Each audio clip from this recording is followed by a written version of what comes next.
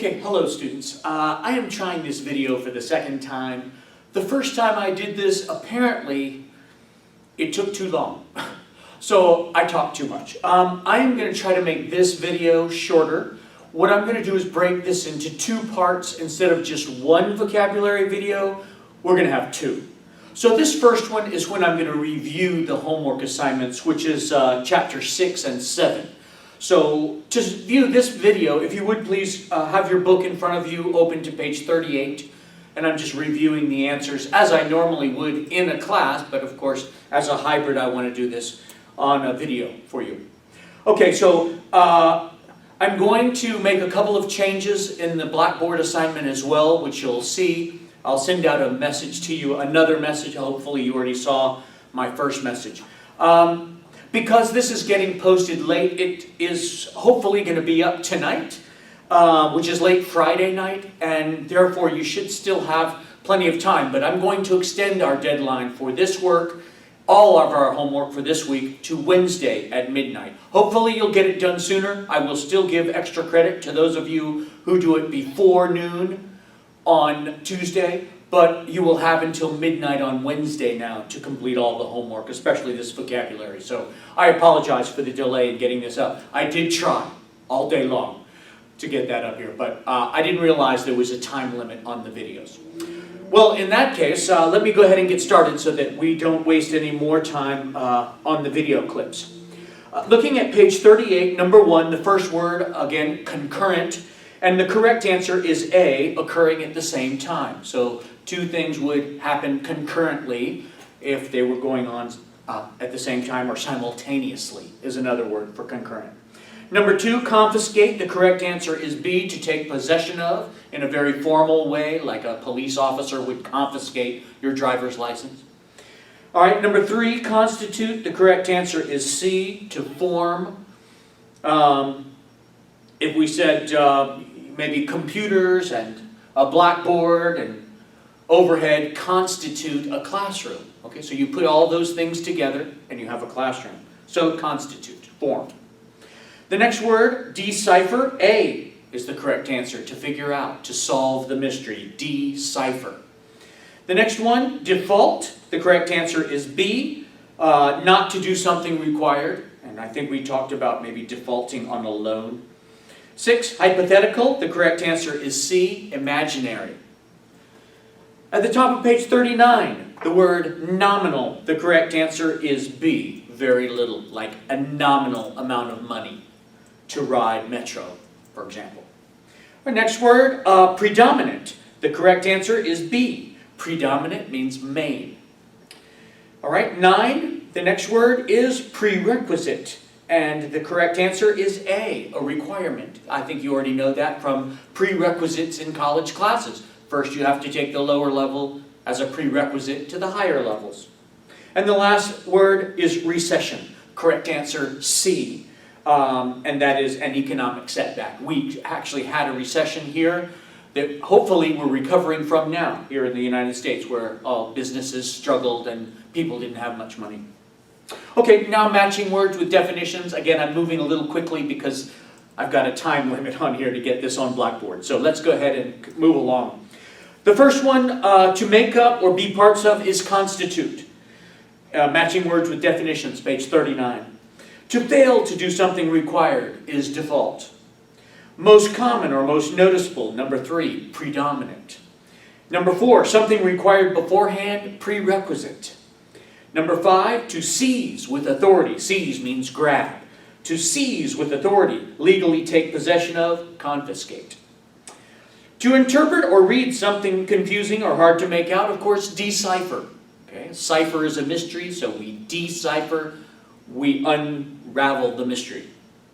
7, slight, very small compared with what might be expected, nominal. Usually used with either time or mostly money. Nominal amount of money. 8, happening or existing at the same time, simultaneous, that means concurrent. 9, a temporary decline in business, a recession. And the last word, 10, supposed for the sake of argument or examination, imaginary or theoretical, hypothetical. Often in sciences they might think, okay, imagine this is a situation, what would you do? Okay, that's a hypothetical situation, something we imagine in order to solve a problem. Okay, that takes care of matching words with definitions. Let's go ahead and turn the page. You know sentence check 1 is answered in the back of the book, so we'll go directly to sentence check 2. I will read the answers. Please follow along in your book. Again, page 40, sentence check 2.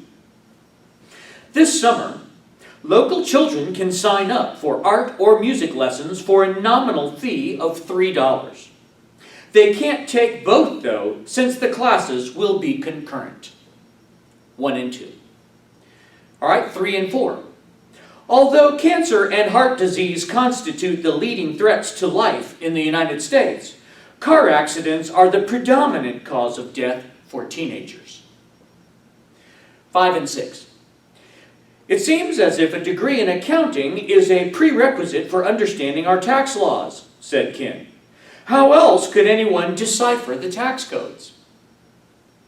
7 and 8 at the top of page 41. The small print on the Bryant's mortgage stated that if they should default on payments, the bank had the right to confiscate their house. And 9 and 10. When Ms. Howe was interviewed for the job of store manager, the regional manager asked her a question about a hypothetical situation. Imagine that your business is in a recession, he said. What would you do to enhance sales? That takes care of sentence check 2. Now let's continue. Please read along with me and check your answers at the same time for final check on 41. Money problems. My neighbor, Martha, ran into my house crying and angry. My car has been stolen, she gasped. I saw them take it. I called the police for her, and she told an officer the license number and car model. The predominant color of the car is brown, she added, but it has a black roof. I had it parked in a lot adjacent to the beauty shop that I own. I saw 2 men tow it away. You saw them tow it away? The officer asked. Have you defaulted on your car loan? What do you mean? Martha asked. If you haven't been making your payments, the bank or the dealer has the right to confiscate the car. Martha admitted that she hadn't made any payments for 3 months. Later, she told me she'd gotten notices in the mail but threw them away because their language was too complicated to decipher. She also said she was having money problems. Concurrent with the car loan was a big home improvement loan. She also had 5 credit card bills and regular living expenses to pay. To top it all off, the city was suffering from a recession, so her income was down, something her laid-off employees could certainly attest to. She was about $12,000 in debt. At my suggestion, Martha visited a debt counselor who helped her develop a comprehensive plan to pay her bills. The only prerequisites for this free service were a regular job and a willingness to pay one's debts in full. The counselor and Martha planned what would constitute a reasonable budget, based on Martha's income and expenses. They then wrote to the companies she owed to arrange to pay a nominal amount each month until the whole debt was paid. They also discussed what she would do in several hypothetical situations, such as if her refrigerator died, that is, broke, or her income changed. Now, Martha is getting back on her feet again, in more ways than one, since she never got the car back. All right, that completes Chapter 6. Now we're going to continue with Chapter 7. Again, I apologize, I'm moving quickly because the video has to be short enough to download onto Blackboard, which was the original problem. So again, page 42, please. And let's review these answers. Number 1, the first word is degenerate. Degenerate, the correct answer is C, to get worse. Something usually degenerates over time. People and things. Okay, number 2, implausible. Okay, we discussed originally that plausible means believable and means not. So of course, implausible means not believable or unbelievable. All right, 3, same kind of situation, prefix and root word. Coherent means able to understand, in means not. So incoherent, the correct answer is B, unclear. not clear. All right, 4, intercede. The correct answer is B, to plead for someone or to come between two people in an argument to try to help. Okay, so that's what intercede, come between. The next one, intricate. The correct answer is C, complicated. 6, sanctuary. The correct answer is B, a shelter. At the top of page 43, word 7 is scrutiny, and the correct answer is A, attention. And 43, 8, sinister means B, evil. A sinister plan. You often hear that in movies or something. All right, and 9, suffice is B, to be adequate or just enough.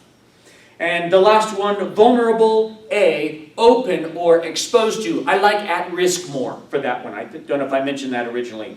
So vulnerable means open, but that's confusing. I think more at risk. Okay, so you might be vulnerable to catching a cold if you were already sick, something like that. Okay, now matching words with definitions. Again, I'm moving right along quickly here. Number 1, having many parts arranged in a complicated way, complex. To be good enough, suffice. To worsen, deteriorate, is degenerate. A place of safety, protection, or relief is sanctuary. To make a request or plead on behalf of someone else is to intercede. Open to damage or attack, or susceptible, again, at risk of something, is vulnerable. You should add at risk there. The next one, difficult to believe, unlikely, implausible, not believable, implausible. Evil, wicked, is sinister. Close inspection, careful examination, is scrutiny. And unable to speak in an orderly or logical way is incoherent.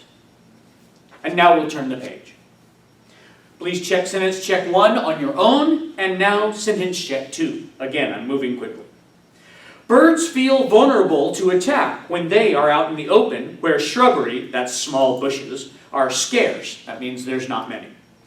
To attract them to your bird feeder, put it near a sanctuary of thickly growing trees and large bushes. 3 and 4. To get into the party, Malcolm made up a flagrant lie, an implausible story about having lost our invitations in the fire. However, the unlikely tale did not suffice to get us in. 5 and 6. When a complicated musical piece is played by a talented orchestra, audiences can appreciate the intricate structure.